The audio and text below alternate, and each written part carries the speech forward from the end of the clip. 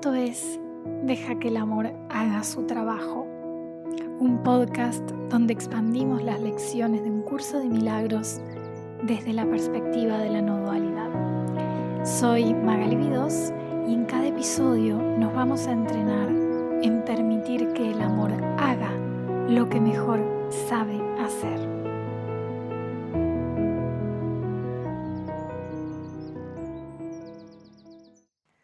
Buenos días, familia hermosa.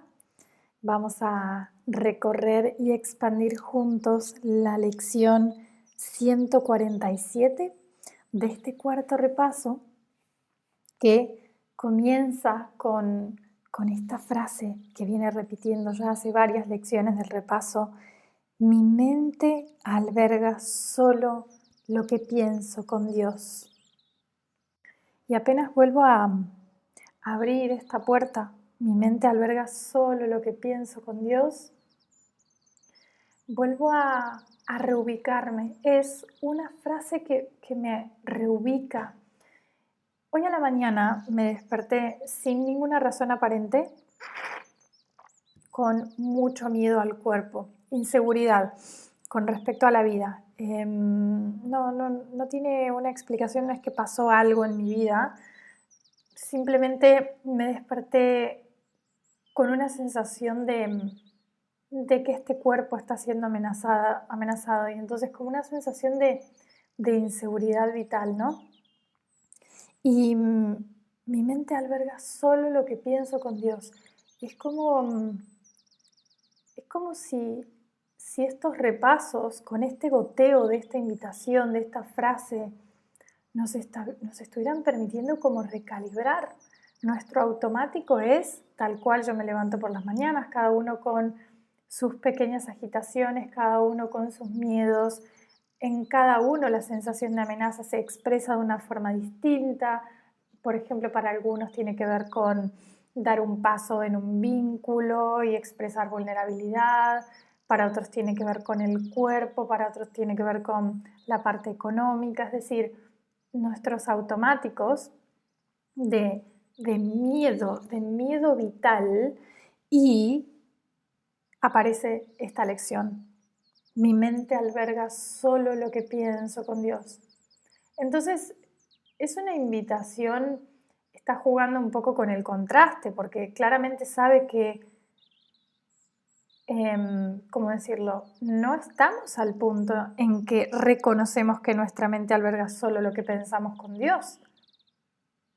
Entonces, es un gran regalo.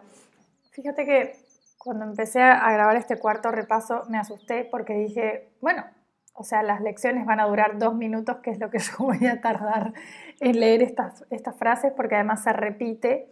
Mi mente alberga solo lo que pienso con Dios. Tuve un par de días donde no veía absolutamente nada, no había nada en la frase. Dejé de grabar las lecciones, volví a grabar y ahora lo veo. O sea, nos está permitiendo empezar a contrastar. Y es justamente lo que abríamos ayer cuando yo les contaba la experiencia de una de nuestras compañeras del curso, del Club de Milagros, que nos expresaba que ahora tiene mucha más conciencia de sus resentimientos, y entonces ahora también se siente más molesta con cosas que antes eran normales. Entonces, este tipo de lecciones, mi mente alberga solo lo que pienso con Dios, comienzan a darnos una sensación de contraste. Antes no teníamos con qué contrastar. Por ejemplo, este miedo vital con el que me levanté hoy por la mañana, ¿no? Pero apenas hablo el curso y leo esta invitación y me sumerjo en esta invitación, ya comienza a existir ese contraste. Entonces, este elemento de contraste que empieza a aparecer cuando una frase se repite todos los días, y es como este sonido de fondo que ahora nos permite observar desde otra perspectiva, ¿no? Como nuestro habitar diario, es fundamental. Y el contraste podríamos decir que opera en múltiples niveles de manera simultánea. Lo que está sucediendo es que mi mente alberga solo lo que pienso con Dios, está funcionando como un patrón de referencia nuevo en nuestro sistema. Y antes de tener ese patrón de referencia, esos miedos, esa sensación de amenaza, esa incomodidad, eran simplemente la realidad. No había punto de comparación, no había otra invitación con la cual mirar esa supuesta vida normal, ¿no? Entonces, lo que está ocurriendo es que, creo que ya lo había mencionado ayer, pero empieza a suceder esto que se llama como sensibilidad. Se empieza a desarrollar una sensibilidad. Estamos aprendiendo a distinguir entre dos órdenes de pensamiento completamente diferentes, opuestos. Los pensamientos que surgen de la identificación con la separación y por el otro lado los pensamientos que surgen de extensión natural cuando mi mente reposa en su fuente, en la fuente que le da vida. Entonces, este proceso de contraste es pedagógico porque el reconocimiento de la diferencia es como un prerequisito para nuestra elección consciente. No podemos elegir entre dos cosas si no podemos distinguir entre ellas. Entonces, por ejemplo, el miedo vital que experimenté yo esta mañana no es malo, no es incorrecto, no me tengo que deshacer de él. Es simplemente información que me dice desde dónde estoy operando en este instante. Y el contraste me permite ver que hay dos maneras fundamentalmente diferentes de experimentar la realidad y que tengo la capacidad de moverme conscientemente eligiendo una por sobre la otra. Y además, ese contraste que comenzamos a experimentar y que me gusta traerlo acá, porque a veces lo podemos vivir como con mucha angustia, como de repente parece que ahora estoy mucho más sensible, por ejemplo, en realidad revela algo fundamental sobre la naturaleza de la conciencia. Y es que existe un estado primordial de la mente que puede reconocer la diferencia entre estos dos sistemas de pensamiento. El que se me propone, mi mente alberga solo lo que pienso con Dios, y el sistema de la separación. Entonces, cuando aparecen esas sensaciones de que, che, pero esto antes se me pasaba y ahora de repente parece como que estoy mucho más reactiva, como que las cosas me molestan más, etc. Y luego tenemos esta invitación a observar cómo es que mi mente alberga solo lo que pienso con Dios. En realidad, no es un contraste donde comparamos dos experiencias distintas, sino que estamos presenciando, estamos ante un momento donde la conciencia se reconoce a sí misma en su estado natural. Entonces, eso en realidad es un acto ontológico de autorreconocimiento. Y este contraste es un recurso de enseñanza, es pedagógico, porque la verdad no puede ser enseñada, solo puede ser reconocida y puede ser reconocida solo contra el fondo de lo que no es verdad. Entonces, nuestras experiencias de hipersensibilidad, reactividad, ahora parece que las cosas me molestan más, estoy mucho más sensible al miedo, me doy cuenta mucho antes de que tengo miedo, por ejemplo. Todo esto no es un obstáculo para el reconocimiento de la verdad que somos. Es el contexto que permite que la verdad sea distinguible. Entonces, además, aparece como un elemento que me fascina mucho de esto del contraste y que el contraste sugiere que la conciencia, es decir, aquello que permite que todo sea conocido en ella, tiene una capacidad inherente de discernimiento. Es como, no es que aprendemos a distinguir entre lo que es miedo y lo que es paz. Ya sabemos cuál es la diferencia.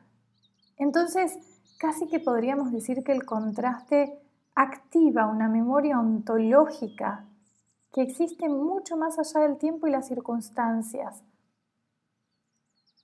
De hecho, esto es que es muy loco cuando lo vemos de cerca, ¿no? ¿Cómo es posible que sabemos exactamente reconocer lo que es paz de lo que es agitación? Sabemos la diferencia. Es innato esto, nadie nos tiene que enseñar esto. Y ese reconocimiento inmediato es una de las evidencias más directas de nuestra verdadera naturaleza. Es decir, no tenemos que hacer un curso universitario sobre cómo distinguir la paz de la agitación. No necesitamos consultar a nada, hacer un análisis comparativo, o sea, el reconocimiento es instantáneo y podemos confiar en este reconocimiento al 100%. Entonces, esto como que nos muestra algo muy bello sobre la estructura misma de la conciencia, y es que la paz no es un estado que adquirimos, es el estado natural al cual la conciencia retorna cuando no está siendo distorsionada. Es como si podríamos, no me gusta hablar de frecuencias, pero podríamos usar este ejemplo de como si la paz fuera la frecuencia nativa de la conciencia y por eso cualquier desviación de esa frecuencia es inmediatamente detectable. Y eso implica que la capacidad de discernimiento no es una capacidad porque no es algo personal, sino, vamos a decir, el discernimiento entre verdad e ilusión no es una habilidad que tenemos que desarrollar, sino es una función inherente de lo que somos. Somos instrumentos de tal nivel de precisión que podemos detectar inmediatamente cuando algo está afinado con nuestra naturaleza, paz, y cuando está desafinado, una leve agitación, un leve resentimiento. Entonces, el hecho de que podamos reconocer instantáneamente la diferencia entre paz y agitación sin entrenamiento previo sugiere que hay algo en nosotros que nunca se apartó de la paz. Hay algo que conoce la paz, algo que mantiene la memoria del estado natural y por eso puede detectar inmediatamente cualquier desviación. Y esto es algo que he investigado. Empecé a investigar antes de empezar el podcast y de hecho quería hacer una masterclass aparte una vez que terminemos las lecciones. Y es algo que me llamaba la atención y es que el sufrimiento no es infinito ni eterno. Por ejemplo, incluso el cuerpo tiene un sistema por el cual cuando el sufrimiento llega a puntos, digamos, extremos, se disocia o desconecta el cuerpo y, por ejemplo, dejamos de tener como experiencia corporal cuando hay un accidente y así, ¿no? O me llamaba mucho la atención esto de que cuando estamos sufriendo buscamos salir del sufrimiento, pero la paz puede ser eterna. Cuando estoy en paz, mis amigas no me vienen a decir que tengo que hacer más trabajo o que revise mis vínculos o lo que sea. Y esto me parecía tan maravilloso. O sea, hay un estado, que tampoco es un estado, que no necesita válvula de escape y hay otro que no se puede extender por la eternidad. Y esta observación, ¿no?, de que el sufrimiento tiene límites inherentes, o sea, incluso el sistema corporal tiene límites, le tiene que poner límites al sufrimiento, mientras la paz no tiene límites, realmente nos muestra algo muy bello respecto de la naturaleza ontológica de estos dos estados. El sufrimiento no puede ser infinito porque es una distorsión de algo que sí es infinito. El sufrimiento no puede ser infinito porque tiene que ser sostenido, conlleva mucha energía, mucho esfuerzo. Entonces, además, el sufrimiento, al ser una distorsión, necesita resistir la paz, resistir la salud para existir. Pero la paz no necesita resistirse a nada porque es el estado fundamental. Por eso el cuerpo desarrolla mecanismos de desconexión en situaciones extremas, porque la naturaleza misma de la conciencia no puede sostener indefinidamente una distorsión de su estado natural, que es la paz absoluta. Pero la paz no necesita válvula de escape, porque no es un estado impuesto sobre algo más. Es la condición natural a la cual la conciencia siempre retorna. Entonces, este reconocimiento innato que tenemos de la diferencia entre paz y sufrimiento es posible precisamente porque la paz es nuestro estado ontológico primordial. Y ese contraste que experimentamos con situaciones del día a día, más esta invitación a observar mi mente alberga solo lo que pienso con Dios, no está creando como un músculo de discernimiento, está activando el reconocimiento de lo que somos. Y por otro lado, estaba pensando, mientras investigaba, ¿no? Como estas diferencias entre la paz y el sufrimiento, no solamente paz, sino sosiego, descanso y agitación, estos aparentemente opuestos, es que hay una asimetría fundamental en la naturaleza misma de la experiencia, porque el sufrimiento lleva incorporado su propio mecanismo de autodestrucción, mientras que la paz no tiene límites intrínsecos. Y esto no es solo una observación psicológica, es realmente una revelación muy profunda sobre la estructura de la realidad. Si el sufrimiento fuera tan ontológicamente real como la paz, tendría la misma capacidad de eternidad, tendría que poder compartir el mismo atributo de eternidad, pero no lo tiene. Entonces esto sugiere que estamos ante dos órdenes de realidad completamente diferentes.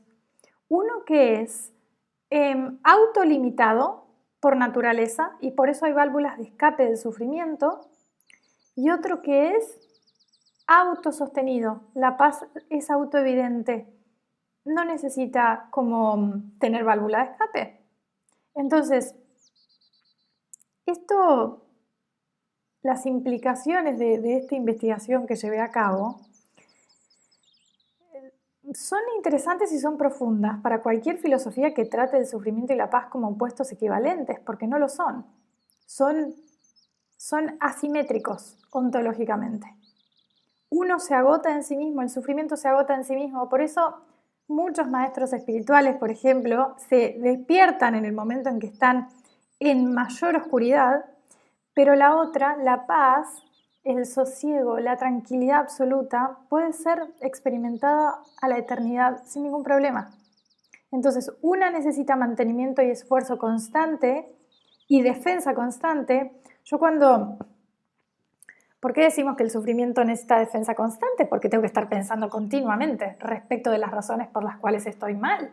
Si yo inmediatamente pierdo la capacidad de pensar, tal como estamos acostumbrados a pensar, el sufrimiento desaparece.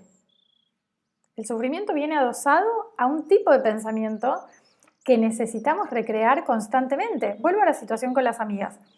Si yo llego a mi reunión de amigas y pierdo la capacidad de pensar absolutamente lo que me pasó esta semana, digamos que, no sé, me peleé con mi chico y encima el taxista me cobró de más y frenó rápido y yo me asusté y qué sé yo, ¿dónde está el sufrimiento? Por eso el curso dice en una de las lecciones del principio, estoy disgustado porque veo algo que no está ahí y mi mente está absorbida por pensamientos del pasado. Ahora, si yo pierdo la capacidad de pensar, ya no puedo defender el sufrimiento y lo que queda es paz.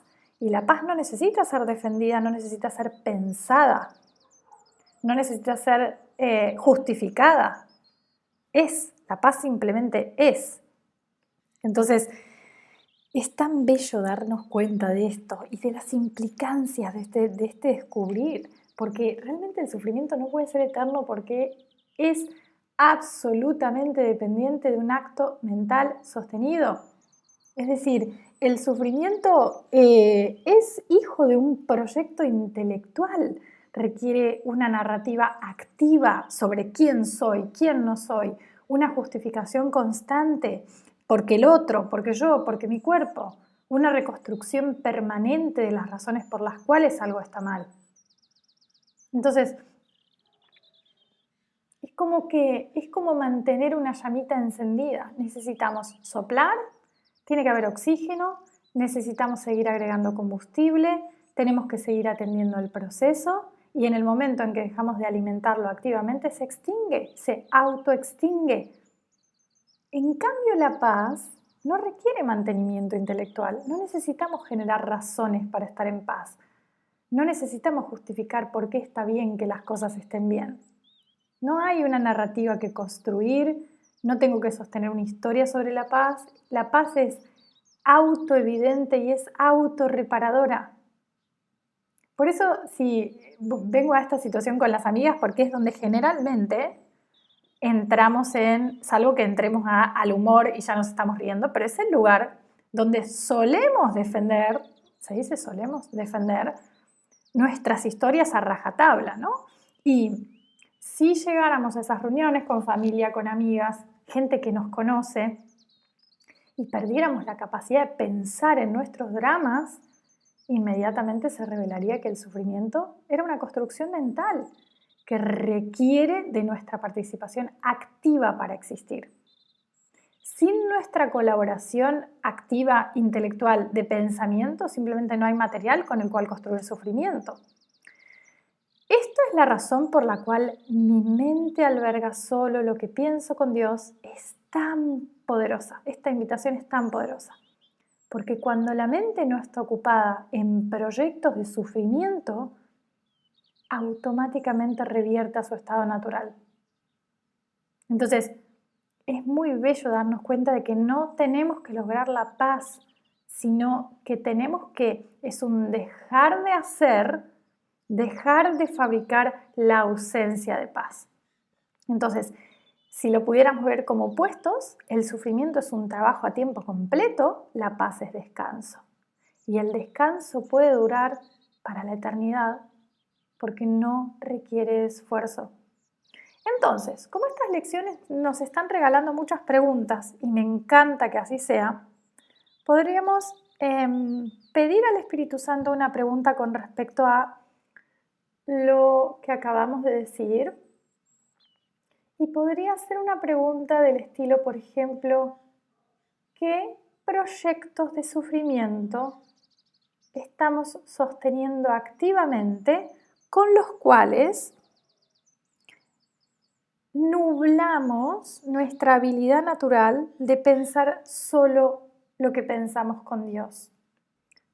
Por ejemplo, otra pregunta de este estilo: ¿en qué pensamientos estoy invirtiendo mi energía mental que requieren que algo esté fundamentalmente mal para poder existir? Y otra más que me encanta: ¿qué historias necesito que sean verdad para justificar que no estoy en paz en este momento? ¿Qué historias necesito que sean verdad para justificar que no estoy en paz en este momento? Entonces, estas preguntas van directo al corazón de la mecánica que descubrimos en esta lección. Nos están ayudando, estas preguntas nos ayudan porque revelan las inversiones psíquicas activas que hacemos en mantener ciertas historias como verdaderas, porque sin ellas tendríamos que admitir que la paz está disponible ahora mismo sin condiciones. Entonces, estas tres preguntas, amores, les prometo que el año que viene voy a desgravar estas lecciones, las preguntas van a estar como recursos. Por el momento, escríbanlas.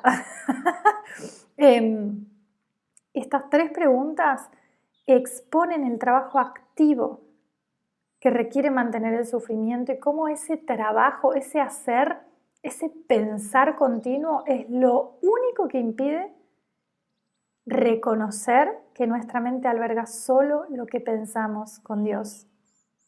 Y luego repasamos la lección 133. No le daré ningún valor a lo que no lo tiene. Es muy bello. Yo no sé si ustedes saben, pero yo no tengo guiones escritos. Voy construyendo los guiones conforme voy leyendo y se me van ocurriendo cosas. A veces le pido ayuda a la inteligencia artificial, por ejemplo, para encontrar significado de palabras, ordenar una idea que a mí se me viene demasiado cruda y que ni siquiera sé cómo explicarla. Es decir, me voy autoinstruyendo a mí misma en esta enseñanza y me encanta cuando me pasan cosas como estas, donde justamente al usar las preguntas que surgieron naturalmente, esas 3 preguntas, pero la que más me gusta es en qué pensamiento, qué historias, qué pensamientos necesito que sean verdad para justificar que no estoy en paz en este momento. Y después, yo ya puedo empezar a hacer un listado, yo ya puedo empezar a hacer mi trabajo de tomar conciencia de esto. Hago un listado, de hecho lo estuvimos haciendo en el club. Por ejemplo, no puedo estar en paz porque una de nuestras compañeras decía tengo deudas que saldar, no puedo estar en paz porque hice unos negocios y salieron mal. Todo esto tomo conciencia y después se me regala inmediatamente la lección 133. No le daré ningún valor a lo que no lo tiene, es decir, a cada uno de esos pensamientos y razones que justifican que yo no esté en paz.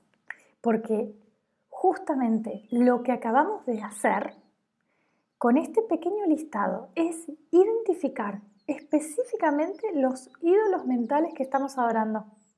Cada pensamiento que necesitamos que sea verdad para justificar que no estamos en paz es literal un ídolo, algo a lo que le estamos atribuyendo el poder de determinar nuestra paz.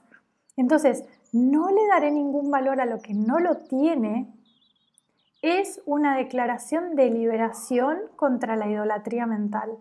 No es que los pensamientos, por ejemplo, sobre deudas, negocios, enfermedades, etcétera, sean malos, es que son ontológicamente incapaces de afectar nuestra naturaleza fundamental.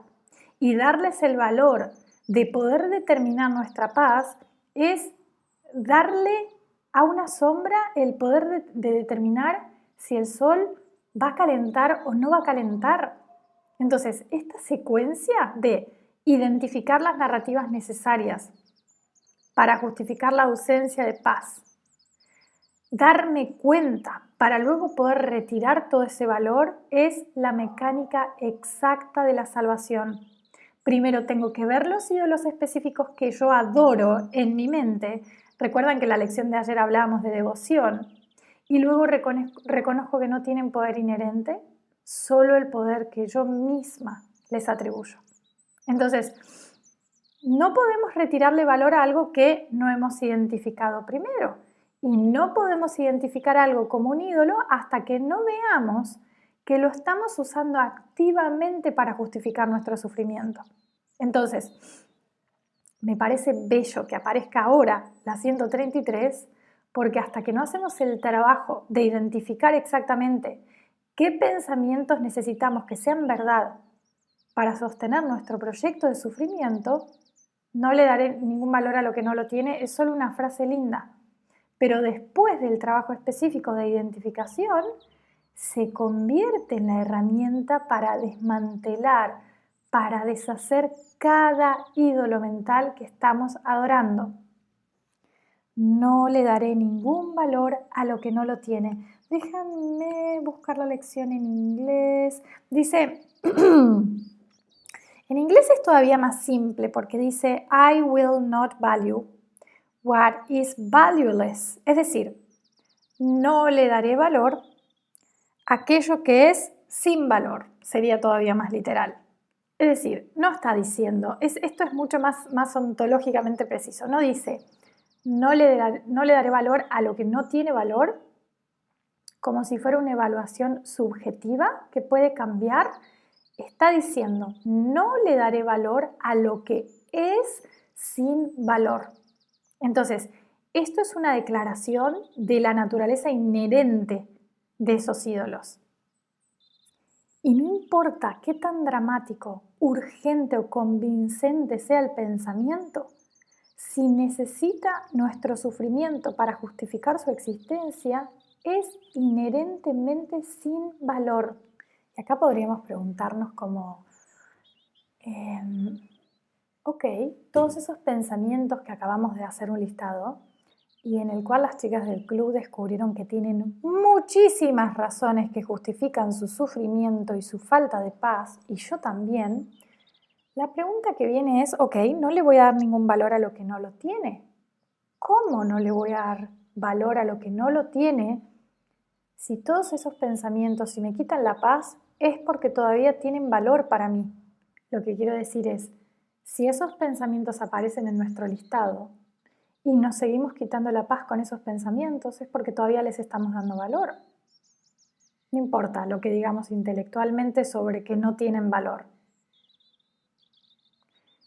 Porque las acciones revelan dónde está realmente el valor. No hacer una declaración, no le daré ningún valor a lo que no lo tiene. Miro la lista, no le doy valor.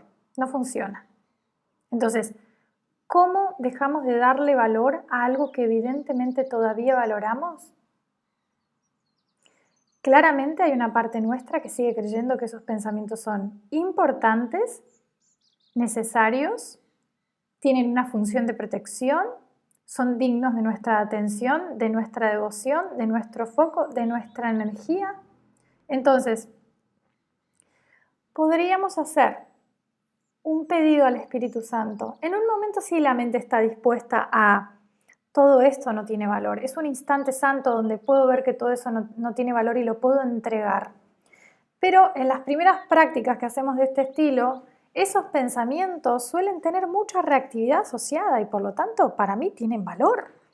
Entonces, voy a usar la 133 para, podemos hacer un pedido al Espíritu Santo. Espíritu Santo, todavía no estoy dispuesta a ver cómo es que todos estos pensamientos efímeros no tienen ningún valor, son sin valor, pero permíteme gradualmente ser capaz de darme cuenta por qué esto es así.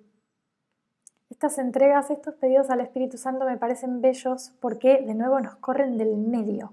Nosotros no tenemos que hacer la sanación, solamente permitirlo. Entonces, Espíritu Santo, veo que estos pensamientos todavía tienen poder sobre mí, lo cual significa que todavía les estoy dando todo el valor. No sé cómo dejar de valorarlos porque me parecen importantes. Ayúdame a ver, ayúdame a ganar lucidez de por qué algo que me roba la paz no puede tener valor real. La clave en este tipo de lecciones y prácticas es honestidad total sobre dónde estamos realmente parados, no fingir que intelectualmente entendemos que no tienen valor cuando evidentemente todavía nos afectan, y pedir ayuda, pedir la intervención del Espíritu Santo específicamente para ver la contradicción. Si es algo verdaderamente sin valor, si todos estos pensamientos no tienen valor, ¿cómo pueden tener el poder de quitarme la paz? Entonces, el pedido reconoce con mucha honestidad que hay algo que no estamos viendo todavía y que necesitamos ayuda para verlo. No es un pedido para cambiar las cosas, sino para que se nos ayude a ver lo que ya es verdad, pero que todavía no podemos percibir en nuestra conciencia. Entonces, mi listado de pensamientos y luego hago este pedido y hago un espacio. No tengo que luchar contra esos pensamientos, no tengo que dejar de pensarlos. Es una práctica mucho más humilde, digamos, y honesta. Entonces, 133, no le daré ningún valor a lo que no lo tiene. Llega un momento donde la mente está dispuesta a ver que eso no tiene valor, porque empezamos a valorar mucho más la paz que el sufrimiento. Perdón si esta lección no sé cómo va a sonar, pero puede ser que se sienta como un poco cortada, y es que esas preguntas que hice me fueron activando trabajo en mí, como ganas de hacer listado para mí, compartirlo en el club. Es como que se volvió algo muy dinámica esta lección y puede ser que cuando vuelva a grabar repita cosas que ya dije porque me olvidé. Esto también es lo real. 134. Que se me permita poder percibir al perdón tal como es. Nunca había visto que estas 3 invitaciones, mi mente alberga solo lo que pienso con Dios, no le daré ningún valor a lo que no lo tiene, y que se me permita poder percibir el perdón tal como es, estaban tan encadenadas. Porque realmente lo que estamos haciendo, cuando hacemos este listado de esos pensamientos que necesito que sean verdad para justificar que la paz no esté disponible para mí en este instante, y le pedimos al Espíritu Santo que nos muestre cómo es que estos pensamientos no tienen valor, aunque nosotros todavía realmente pensamos que tienen muchísimo valor y poder sobre nosotras, lo que estamos pidiendo es que se nos permita poder percibir el perdón tal como es. Es muy bello, me encantan estas 3 lecciones en conjunto, porque no son lecciones separadas, son como 3 movimientos de una sola sinfonía que deshace sistémicamente la ilusión de separación. Mi mente alberga solo lo que pienso con Dios, establece el patrón de reconocimiento, la capacidad innata de mi verdadera identidad, de distinguir entre pensamientos que surgen de la unidad, de aquellos pensamientos que surgen de la idea de la separación. Esto que hablábamos de el desarrollo de esa sensibilidad que permite detectar, discernir la diferencia entre lo que es verdad y lo que es ilusión. Luego se nos regala no le daré valor a lo que no lo tiene, que es el deshacer activo de los ídolos mentales, ese proceso donde identificamos específicamente qué pensamientos necesitamos que sean verdad para justificar nuestro sufrimiento, y luego pedimos que se nos muestre cómo es que esos pensamientos no tienen valor, y entonces podemos empezar a retirar gradualmente nuestra inversión psíquica en ellos. Y luego la última, que se me permita percibir el perdón tal como es como la síntesis final. Es el reconocimiento de que todo este proceso de identificar pensamientos sin valor y retirarles valor es el perdón en acción. Eso es el perdón.